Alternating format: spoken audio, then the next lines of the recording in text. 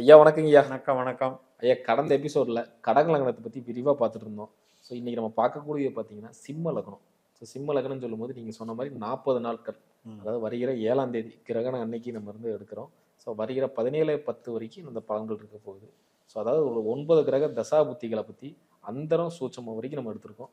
So அந்த வகையில் நீங்க நம்ம சிம்ம லக்னத்துக்கு அவங்க லக்னாதிபதி திசையான சூரிய திசையே நடக்குதுன்னா எந்த வித பலன்கள் கிடைக்கும் ஐயா?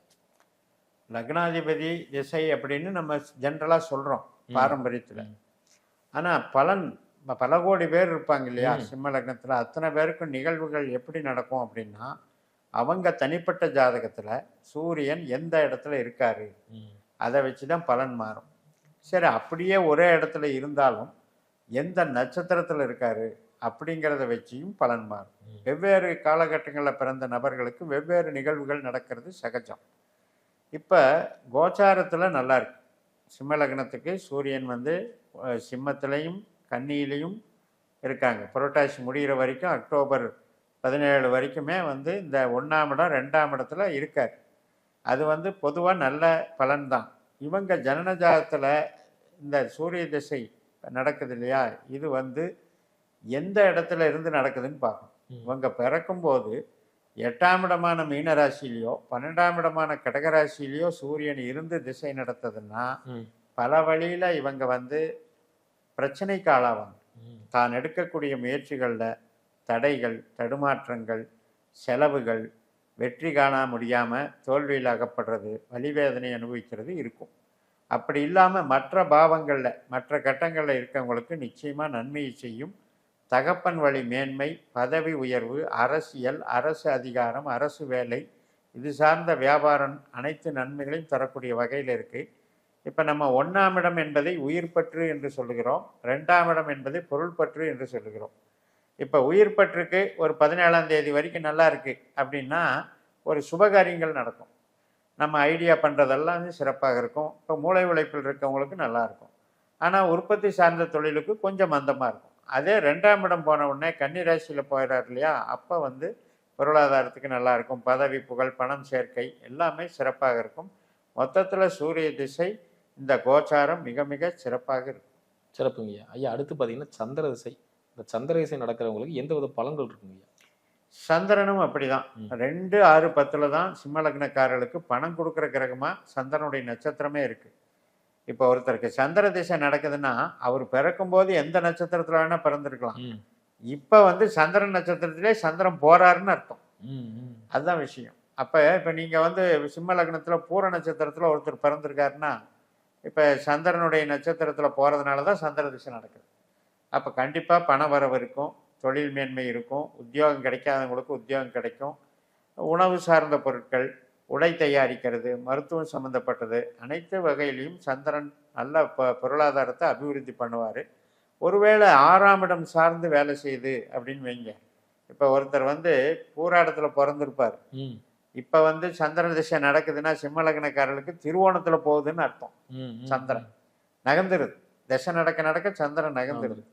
அந்த மாதிரி இருக்கிறவங்களுக்கு திருமண வாழ்க்கையில் சின்ன சின்ன சுணக்கங்கள் கொடுக்கும். அதுக்காகத்தான் நான் சொல்கிறது, உயிர் பற்று, பொருள் பற்று, இந்த ரெண்டையும் பிரித்து பார்த்து தான் நல்லது கெட்டதுன்னு பார்க்கணும் ஜோதிடம். நீங்கள் சொன்ன மாதிரி இப்போ சூட்சமாக அந்தரத்தினால விதிகள் மாறதுக்கு வாய்ப்பு இருக்கு. புத்திகள் அப்படிங்கிறதுல மாறும், அந்தரத்துலையும் மாறும். ஆனால் எம்டி திசாநாதன் தான், மேனேஜர் தான் இவங்கெல்லாம். மேனேஜர் அதுக்கு கீழே இருக்கிறவங்க தான் இவங்கெல்லாம். அப்போ ரொம்ப வலிவேதனை தாங்க முடியாத நேரத்தில் கொஞ்சம் ஆசுவாசப்படுத்துவாங்க. இப்போ நீங்கள் கல்யாணம் பண்ணுறது ஒரு புத்தியில் பண்ணிடுவீங்க. அடுத்து ஒரு கெட்ட புத்தி வரும்போது அது கொஞ்சம் வேலையை காட்டும். ஆனால் திசை சப்போர்ட் பண்ணிச்சுன்னா பிழைச்சிக்கும். அது மாதிரி தான் நம்ம பார்க்கணுமோ ஒழிய, ஒரு ஜாதகத்தில் அடிப்படை யோகம்ங்கிறது முக்கியம். நாம் விதி கொடுப்பனைன்னு என்ன வரம் வாங்கியிருக்கிறோம்னு இப்போ காட்டுறது தான் அடிப்படை யோகம். அதே இப்போ நம்ம பேசிகிட்டு இருக்கிறது திசா புத்தி கொடுப்பனை. கண்டிப்பாக இப்போ சந்திர திசை சந்திரனாவே போகிறதுனால பொருளாதாரத்துக்கு, பொருள் பற்றுக்கு ரொம்ப ரொம்ப நல்லா இருக்குது. உயிர் பற்றுக்கு உயிர் பற்று சார்ந்த புத்திகள் நடக்கணும். இப்போ ஒன்றும் இல்லை, கேது புத்தி, சுக்கிர புத்தி, சூரிய புத்தி, இதெல்லாம் நீங்கள் சொன்ன மாதிரி திருமண விஷயத்துக்கோ உயிர் பற்றுக்கோ நல்லாயிருக்கும், ஆரோக்கியத்துக்கோ நல்லாயிருக்கும். ஆனால் மற்ற சமயத்தில் அந்த ஆரோக்கியம் பாதிக்கப்படும். 6ஆம் இடம்ங்கிறது நோய் தானே. ஆமாம். அப்போ வேலை நல்லா இருக்கும், தொழில் நல்லா இருக்கும், பணவரவு நல்லா இருக்கும், அதே நேரத்தில் நோயையும் அனுபவிக்கணுங்கிறத புரிஞ்சுக்கணும். சிறப்புங்க ஐயா. அடுத்து பார்த்தீங்கன்னா செவ்வாய் திசை. செவ்வாய் திசை நடக்கிறவங்களுக்கு பலன்கள் எப்படியா இருக்கும்? செவ்வாயினுடைய நட்சத்திரம் என்பது 2ஆம் இடத்துலையும் இருக்குது, 3ஆம் இடத்துலையும் இருக்குது. ம். அதே மாதிரி தான் நமக்கு 6ஆம் இடத்துலையும் இருக்குது, 7ஆம் இடத்துலையும் இருக்குது. அந்த அமைப்பில் வச்சு பார்க்கும்போது 7 வருஷ செவ்வாய் திசை ஒரு 3.5 வருஷம் இது மாதிரி பிரித்து வேலை பார்க்கும். ம். ஒரு 3.5 வருஷம் பொருள் சார்ந்து நல்லா வேலை பார்க்கும். ஒரு 3.5 வருஷம் வந்து உறவு சார்ந்து நல்லா வேலை பார்க்கும். அதனால் இது பகுதி பகுதியாக நம்ம எடுத்துக்கலாம். பட் செவ்வாய் வந்து கெடாமல் இருக்கணும். இப்போ 8, 12 8ஆம் இடமான மீன் ராசிலையோ 12ஆம் இடமான கடக ராசிலையோ செவ்வாய் இருக்கிறது நல்லதல்ல. மற்றபடி இவங்களுக்கு இந்த கோச்சாரத்தில் அவர் வந்து அவருடைய நட்சத்திரமான சித்திரையிலேயே போப்பார். ம். அப்போ திடீர்னு வீடு கட்டுவாங்க, அல்லது இடம் வாங்குவாங்க, அல்லது ஏதாவது மிஷினரி உற்பத்தி சார்ந்த தொழிலில் இருந்தாங்கன்னா மிஷினரி வாங்குவாங்க. ம். இது மாதிரி நல்லதெல்லாம் நடக்கும். விவசாயத்துக்கும் நல்லா இருக்கும். சிறப்பு சிறப்புங்க ஐயா. அடுத்து பார்த்தீங்கன்னா ராகு திசை. ராகு திசை நடக்கிறவங்களுக்கு பலன் எப்படிங்க இருக்கும்? ராகு அப்படின்னும் போது 3ஆம் இடம்ங்கிற தைரியத்தை கொடுக்குறாரு. 7ஆம் இடங்கிறது சமூகம் சார்ந்த ஒரு நல்ல ஒரு புரிந்து உணர்வு கொடுக்குறாரு. ம். அதாவது வந்து நிறைய புது புது கஸ்டமர் அப்படிங்கிற மாதிரி ராகு வேலை செய்வார். நண்பர்கள், மூத்த சகோதர சகோதரி, இந்த வகையில் ராகு வேலை செய்வார். இந்த ராகுவும் அப்படிதான் 8ஆம் இடமான மீன ராசியிலையோ 12ஆம் இடமான கடகராசியிலோ இருந்தால் ராகு திசையில் ஆசை காட்டி மோசம் பண்ணிடும். ம். அதே மாதிரி உறவுகளில் பார்த்தீங்கன்னா 6ஆம் இடத்துலையோ 2ஆம் இடத்துலையோ 10ஆம் இடத்துலையோ இருக்கிற ராகு பணத்துக்கு கொடுக்குற அதே வேளையில் உறவுகளை கெடுத்துரும். அப்போ எப்படியெல்லாம் நம்ம பிரித்து பார்க்கணுமோ, நம்மளுடைய கேள்வி என்ன, அகம் சார்ந்த கேள்வியா புறம் சார்ந்த கேள்வியா, உயிர் பற்றா பொருள் பற்றா, அது சம்மந்தப்பட்டு கேட்கும்போது தான் நமக்கு கரெக்டாக பலனை கொடுக்கும். இந்த ராகுவை பொறுத்த வரைக்கும் இப்போ கோச்சாரத்தில் 7லேயே இருக்கார். ம். அதுவும் குருசாரம் வாங்கியிருக்காரு. குரு நமக்கு லாபஸ்தானத்தில் இருக்கார். அதனால் திருமணம் ஆகாதவர்களுக்கு திருமணம் ஆகிறது, சிறப்பாக நடக்கிறதெல்லாம் நல்லா இருக்கும். கான்ட்ராக்டுகள்லாம் புதுசாக கிடைக்கும், புது கஸ்டமர், அதன் மூலம் மனசு வந்து சந்தோஷப்படும். சிறப்புங்க ஐயா. ஐயா அடுத்து பார்த்தீங்கன்னா குரு திசை. குரு திசை நடக்கிறவங்களுக்கு பலன் சொல்லுங்க.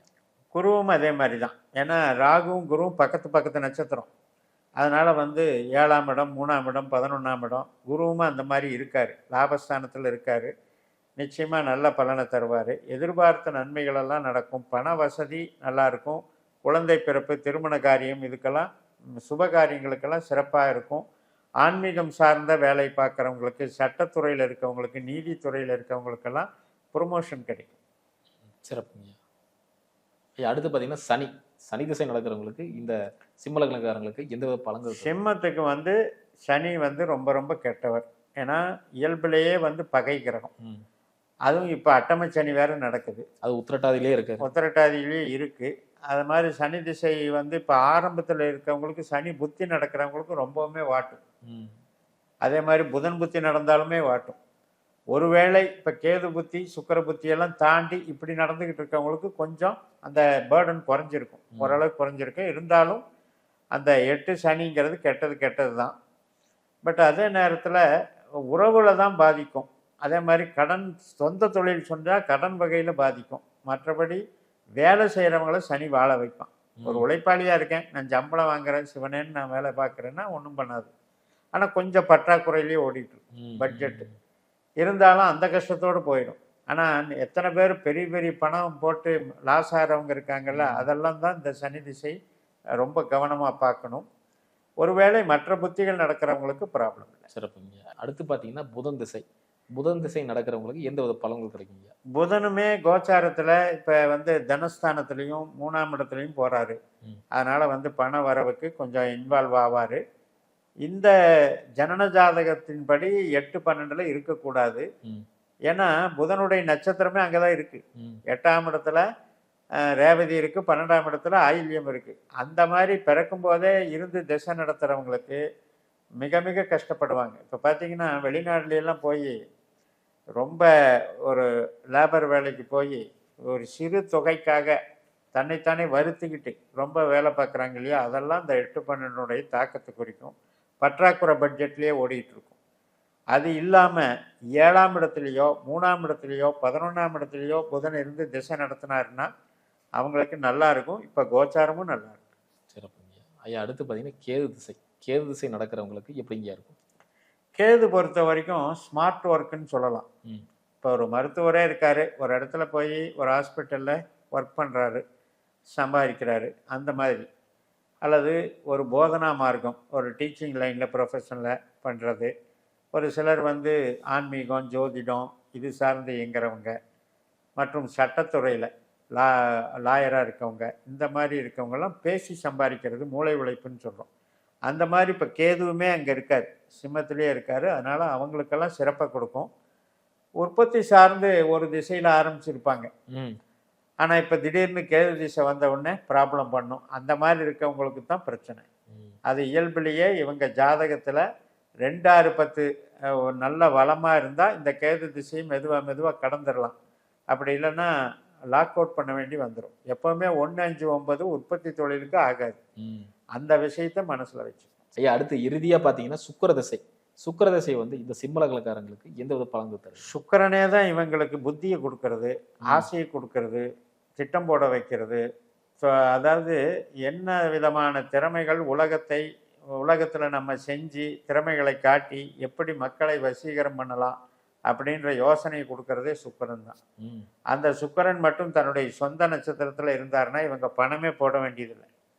இப்போ பூரத்தில் சுக்கிரன், பூராடத்தில் 5ஆம் இடத்துல சுக்கிரன், 9ஆம் இடத்துல பரணியில் சுக்கிரன் இருந்தால் பணம் போடாமையே இவங்க வாய் பேசியே மூளை உழைப்பிலேயே இவங்க டேலண்ட்டை வச்சு கிரியேட்டிவிட்டி மைண்டை வச்சு சம்பாதிச்சுருவாங்க. பெரிய அளவில் அந்த 20 வருஷமும் பலமாக இருக்கும். 4, 8, 12 போயிடக்கூடாது. ம். இப்போ 4ஆம் இடமான விருச்சிக ராசிலையோ, 8ஆம் இடமான மீன ராசிலையோ, 12ஆம் இடமான கடகராசிலையோ சுக்கிரன் திசை நடத்துகிறவங்களுக்கு ஆசை காட்டி மோசம் பண்ணுறதும், அதிகமான பட்ஜெட்டில் போட்டுட்டு கடனால் அவதிப்படுறதும், பெருத்த நஷ்டத்தையும் வலிவேதனையும் உண்டாக்கக்கூடியது. உறவுகள் ரீதியாகவும் களத்திரக்காரங்க கெட்டு போகக்கூடாது. ம். களத்திரக்காரங்க 4, 8, 12 போச்சுன்னா மன வாழ்க்கையும் சிறப்பாக இருக்காது. ம். அந்த மாதிரி இல்லாதவங்களுக்கெல்லாம் இந்த சுக்கிர திசை இன்பத்தை தரும், உறவுகளை தரும், திருமண வாழ்க்கைக்கும் நல்லா இருக்கும், குழந்தை பேருக்கும் நல்லா இருக்கும், சொத்து பத்து சேர்க்கைக்கும் நல்லா இருக்கும். சிறப்பு சிறப்புங்க. அற்புதமா சொன்னீங்க ஐயா. மீண்டும் அடுத்தடுத்த லக்னத்துக்கு பார்க்கலாங்க. நன்றி. நிச்சயமா. நன்றி.